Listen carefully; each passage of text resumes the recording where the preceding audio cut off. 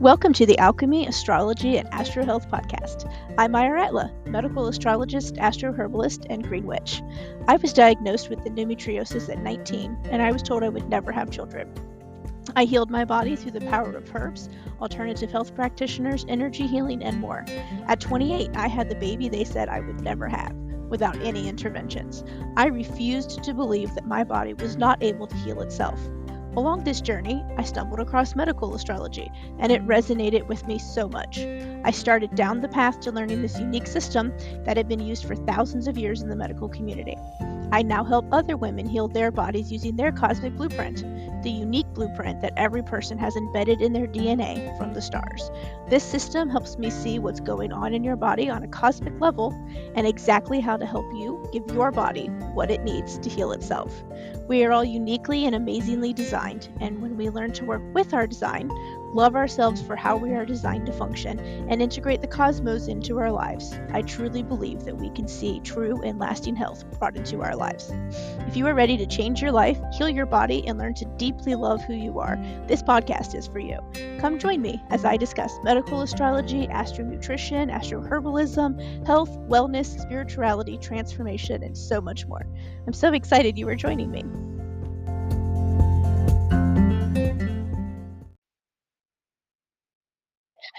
Hi everyone, and welcome back to Alchemy, Astrology, and Astro Health. Today we are going to be talking about Medical Astrology 101, and we're going to be doing like the overview of the planets because we're going to start on the planets now.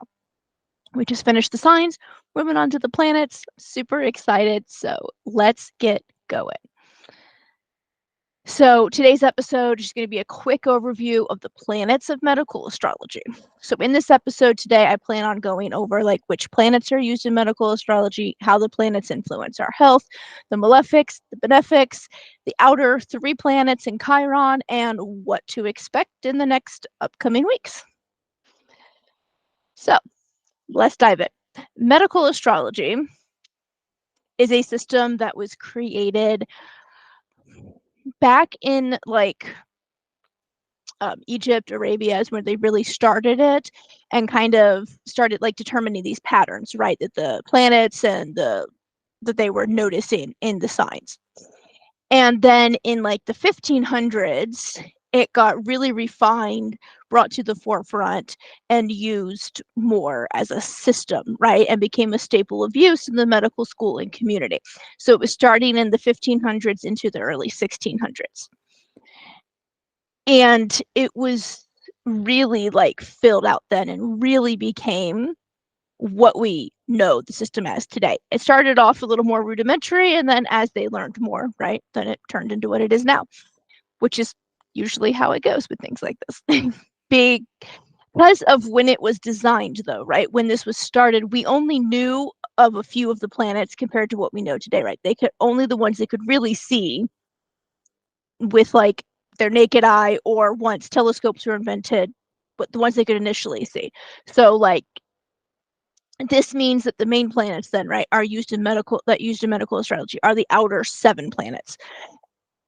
The inner 7 planets, sorry, and then the outer planets, the outer 3, Neptune, Uranus, and Pluto, are used, but not to the same extent. So in medical astrology, yes, the sun and the moon count as planets, hence the inner 7. Perhaps even the most influential ones, since they really are present in our everyday lives, right? So the sun and moon are planets in astrology, and they are really influential in our lives. The main planets that I use and that are mainly used in medical astrology in general, from my experience, is the sun, the moon, Mars, Venus, Saturn, Jupiter, and Mercury. When the remaining 3 planets were discovered, they were integrated into the system, as I mentioned earlier, as well. But since less is really kind of known about their influences, and obviously we're learning more daily, they're not as commonly used by many of us who practice medical astrology. The remaining 3 then, Uranus, Neptune, Pluto. And yes, Pluto is still very much a planet in astrology, as he should be. You should have never lost that status to begin with, right? Sorry, I learned in school that Pluto was a planet, and then they tried taking that status away, and we're not going to have it. I also have integrated one asteroid into my use of medical astrology, as I learned it through my mentor, Sage Papa. So I use Chiron in my readings as well, to see if like Chiron's influence could be the cause of the health problems being experienced by my client. Chiron is the wounded healer. It's more of like things that happened kind of in the past that have caused you to feel some type of way about yourself or about others around you, and that comes up in your everyday life. Like mine's in Gemini, and so because of that, I feel really like unheard a lot of times, and like people aren't really listening to what I'm saying.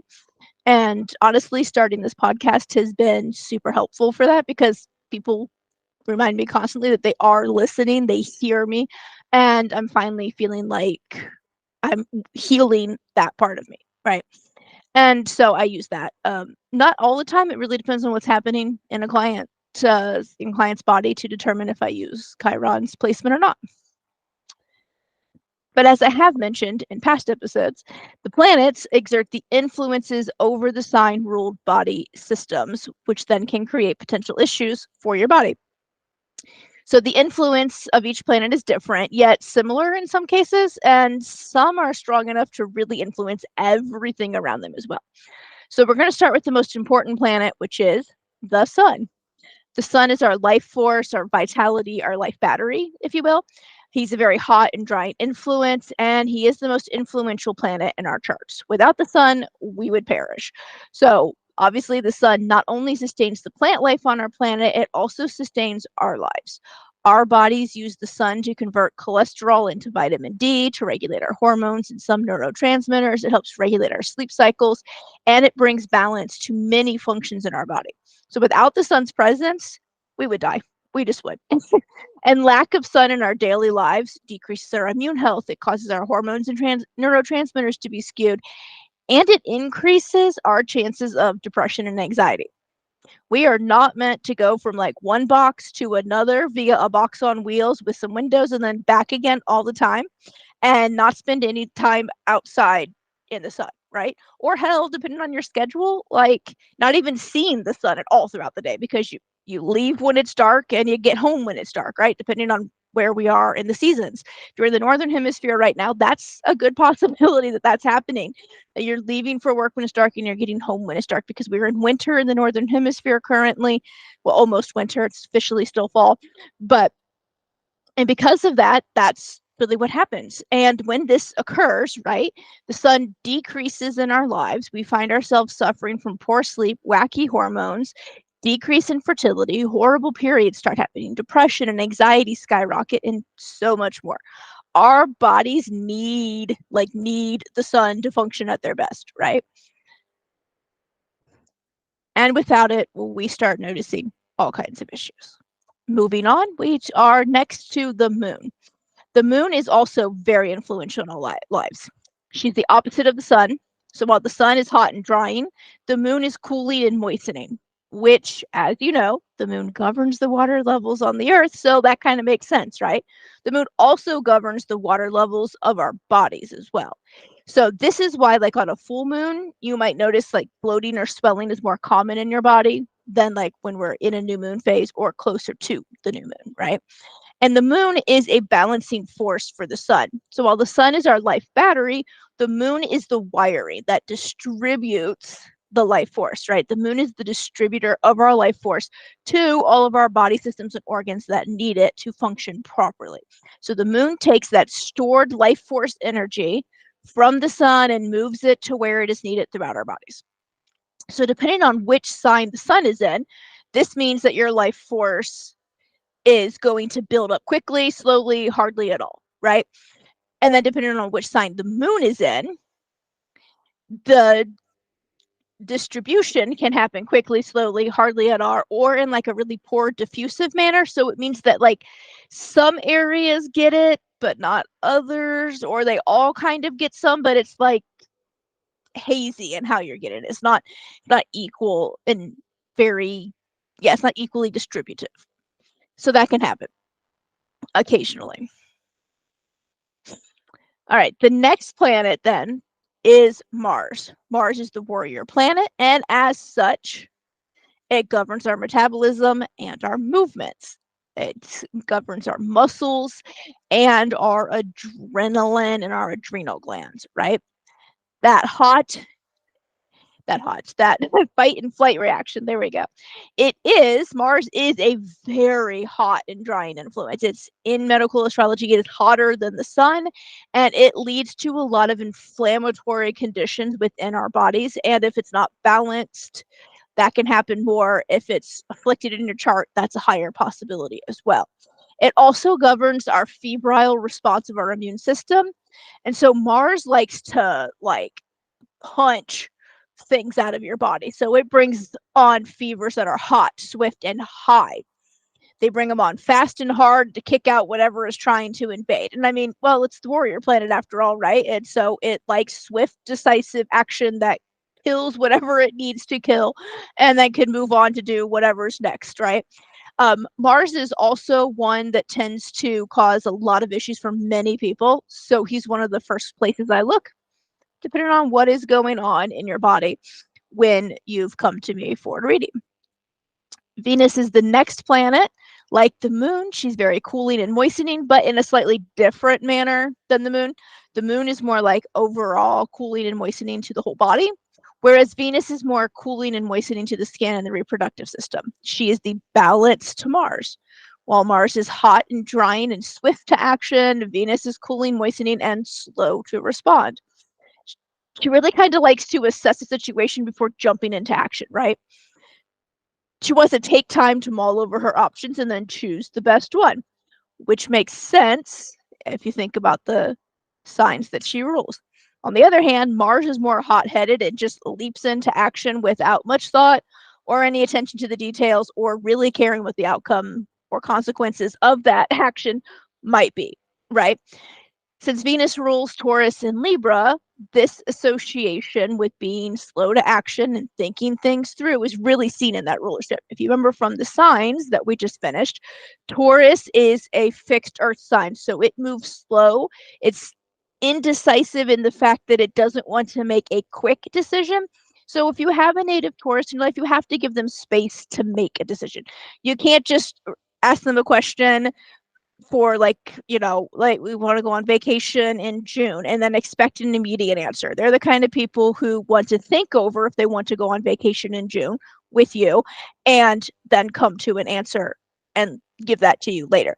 So they're slow to respond in that way because they like to think through all of it. Libra, on the other hand, is very indecisive because they're the sign of balance, and they like to think every angle of every situation through before they decide if it's something that they want to move on to or not, right? So they're indecisive in a different way than Taurus. Taurus just wants to come to the decision if it's really worth getting up out of their beds and their comfy clothes and their house that they love, right? Because they're home bodies, to go on a vacation with you. Is that time with you worth it to them? Libra, on the other hand, is like, okay, well, if I do go, then this is what might happen, and this is what could happen. But if I don't go, then this could happen. And will they still be my friend if I don't go? But what if I do go? Will we still be friends? What if we get in a fight? And they go through so many scenarios in their heads that it takes them forever to make a decision. And sometimes with the Libra, you have to push them to make that decision. You push a Taurus, your answer is always going to be no. You push a Libra, you might get some action. Yeah, Taurus really just likes to take 900 years to make a decision on something. I have 2 Taurus kids. Let me tell you, that's 100% true. And Libra really likes to mull over the choices and possibilities. Ultimately, also taking 900 years to come to a decision, but for a different reason. I say this, though, as someone with 2 Taurus children and a bunch of Libra friends. So, I love you guys. It's just, it is who you are, and that's okay. The next planet that we move on to is Saturn. Saturn is a very constrictive, restricting force on the body. It's a very cold planet, and it brings a lot of coldness as well as dampness in a way, but more because it's like trapped dampness, stagnation, right? Constricting, that's keeping fluids in places that they shouldn't be. So this means when it's very constrictive, restricting force, right, that it really likes to cause issues with blood flow and nutrients and energy getting to the body in whatever areas the sign it is in governs. Unfortunately, Saturn's not really content with just staying right there and stopping that and just being like, this is it. It likes to also influence the planets next to it, the planets adjacent to it, and the planets across from it in your chart. So he's kind of like the bully of medical astrology in a way. Saturn just wants everyone to know like how powerful and strong he is. And while he's named after the Roman god Saturn, who was the god of agriculture, harvest, abundance, that kind of stuff, we see the influences here being a bit harsh sometimes, though the abundance part makes sense, right? Saturn has an abundance of energy that it wants to just share with everybody around them. And yeah, it can be a bit rough. This is one of the other places where I see a lot of issues. While Mars is the seat of like inflammation in the body, Saturn is like the seat of chronic health conditions. It causes chronic issues because it constricts and restricts the blood flow with the nutrients and the energy to the areas for so long that eventually dis-ease and imbalance happens, and then things start breaking down. But by the time you get a symptom sometimes that things are happening, it's been going on for so long and your body can no longer compensate, that now you are suddenly very sick and it feels like it just happened, you know, even though it's been years in the making. On to Jupiter now. Jupiter is the gas giant planet. It's always expanding and wanting more and more. And so in this case, Jupiter's influence is then really expansive and energizing. It brings excess energy to the body areas that the sign it is in rules. Jupiter's motto is too much of a good thing is never too much. It's really rare that Jupiter is actually the cause of whatever ailment your body is experiencing, however, despite that motto and bringing excess energy. It is possible to be the influence in the, where the seat of like health issues is if it's placed in the sixth house. Otherwise, it has a fairly benign influence on the body. Jupiter just wants everyone to be happy and jovial. So its influence is usually overall very positive. It does balance Saturn out though, as Jupiter brings more to the body while Saturn's over there like trying to bring less. Saturn's like holding on to everything and doesn't want anybody else to have it. So he's kind of a bully and kind of selfish all at the same time. The last planet of the main ones is Mercury. This is named after the messenger to the gods, right? Because that messenger in Greek mythology could travel between the worlds to deliver messages. As such, then, Mercury, the planet, is the messenger of the body. It governs communications and technologies of the world, and as such, it governs the communications of the body as well, mainly speech and the neuro pathways, right? It is the balancer, though, of all the planets. It can bring balance to any of them, and just like the messenger of the gods could go to any of the worlds, Mercury can be helpful to any of the planets, delivering its balancing influence. So overall, Mercury's influence is actually very neutral. It doesn't have much of its own influence. It's very just go with the flow, and it just balances everybody else, which makes sense because Mercury in Greek mythology was very androgynous. There was no defined gender given to Mercury. Typically, most mythological deities were given a gender, male or female. In Mercury's case, there was no gender assigned. And so, because of that, being a gender neutral deity, that continues as now it's a gender neutral planet. And not only gender neutral, because planets don't actually have genders, right? But its influence is very neutral and it just balances everything else. And what I mean by gender neutral planet is, like I said, the other planets are associated with genders, but Mercury is not. And it brings that influence to the body. So Mercury is a really great planet to look at when wanting to bring balance to an afflicted planet. Increasing Mercury in a chart is rarely a bad idea, though it can be, because they can also have it can be afflicted, right? So if it's afflicted, bringing more may help. If it's not afflicted, bringing more may or may not help. It's rarely a bad idea to add more like mercury governed herbs to a formula or anything like that to bring that balance that you're looking for, and also to increase the communication pathways in the body, right? But if you have someone who's like highly anxious all the time and that's what they're coming to see me for, increasing mercury, which typically, because it governs the neuro pathways of the body, uh, and the nervous system, right? Because it rules Gemini, which co-rules the central nervous system with Sagittarius, then that can lead to increasing anxiety, right? Which is what we're not trying to do. So again, it's all in looking at what's going on in the whole chart and not just that individual planet. And then let's move on to the next section. There are some classifications to the planets that we like to use in medical astrology.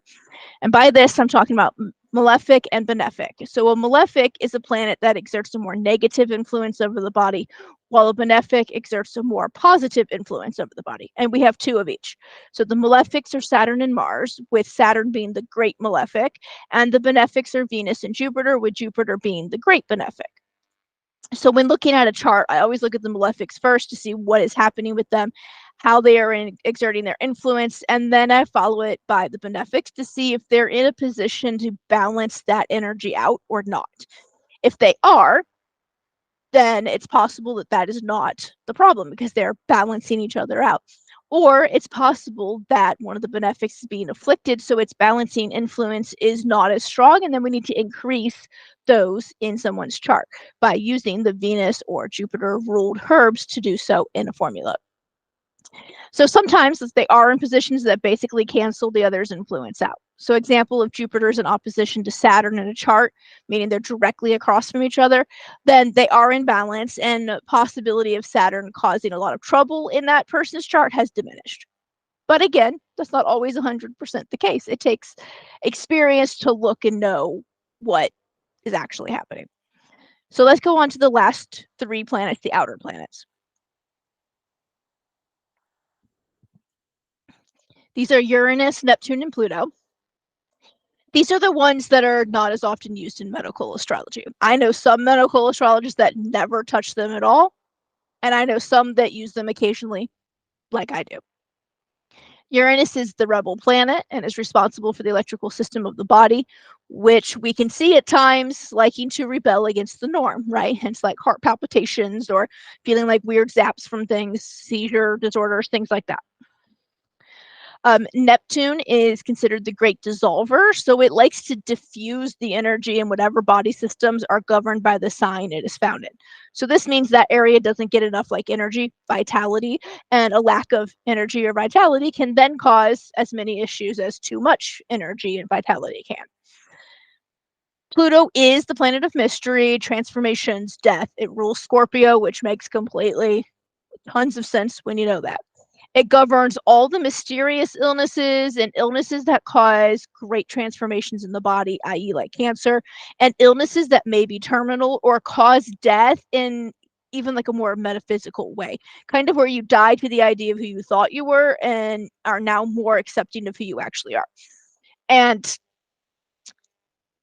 that can be even like an actual physical way, like you've had some sort of incident or accident that has left you with, let's say, the inability to walk anymore, and now that has to change the perception of like who you are, right, in your own mind, because you used to be the person who, let's say, you played soccer or football all the time, right, and now you're in a wheelchair and you can't do those, so who you thought you were has got to die so you can become whoever you are now in this new body. So that's what I mean by that. So if anyone has anything that's like extra weird happening in their body, I look to see what's going on with Pluto, because Pluto is usually the one causing those issues. Neptune is also the planet of addictions.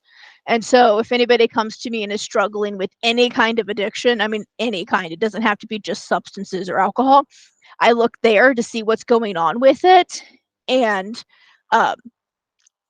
by balancing that out, a lot of times those addictions will either disappear altogether or become much more manageable in a way that makes it possible for a person to become sober and stay sober, right?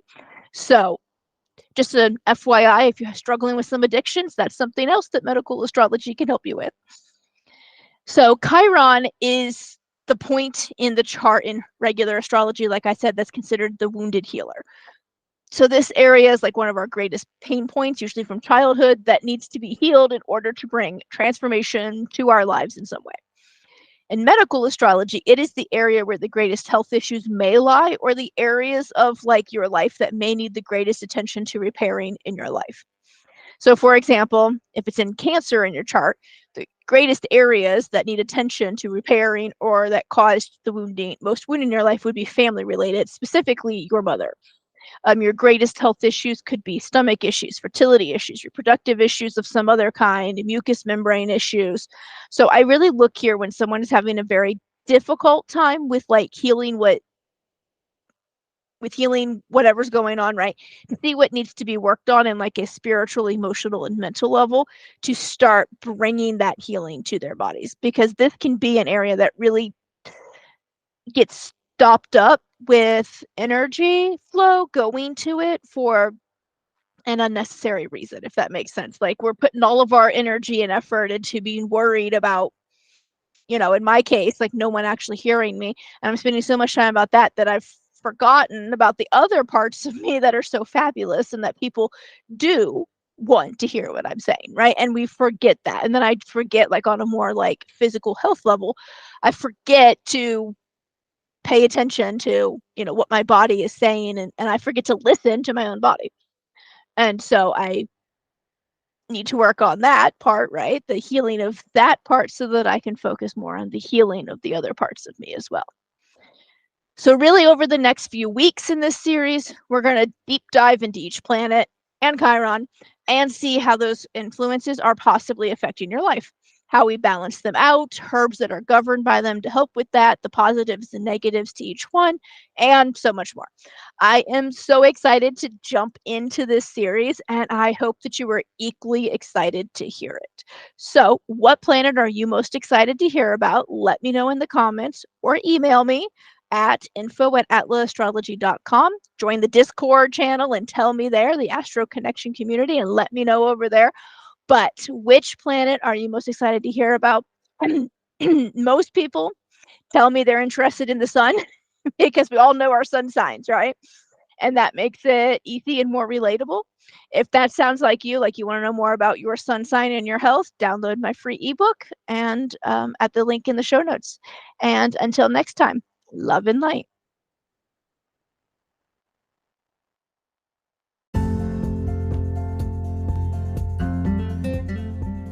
Thank you so much for joining me for another episode of Alchemy, Astrology, and Astro Health.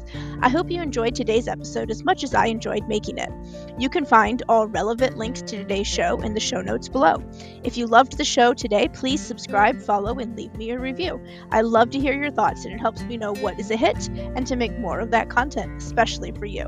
If you want to learn more about me and how I can help you, head over to atlaastrology.com. There you can sign up for a medical astrology package, download my free sun sign and your health ebook, read the blog, and so much more. If you want to connect more outside the podcast, follow my Instagram channel @atlaastrology or join my Astro Connection community, the link to which you can find in the show notes. Until next time, love and light.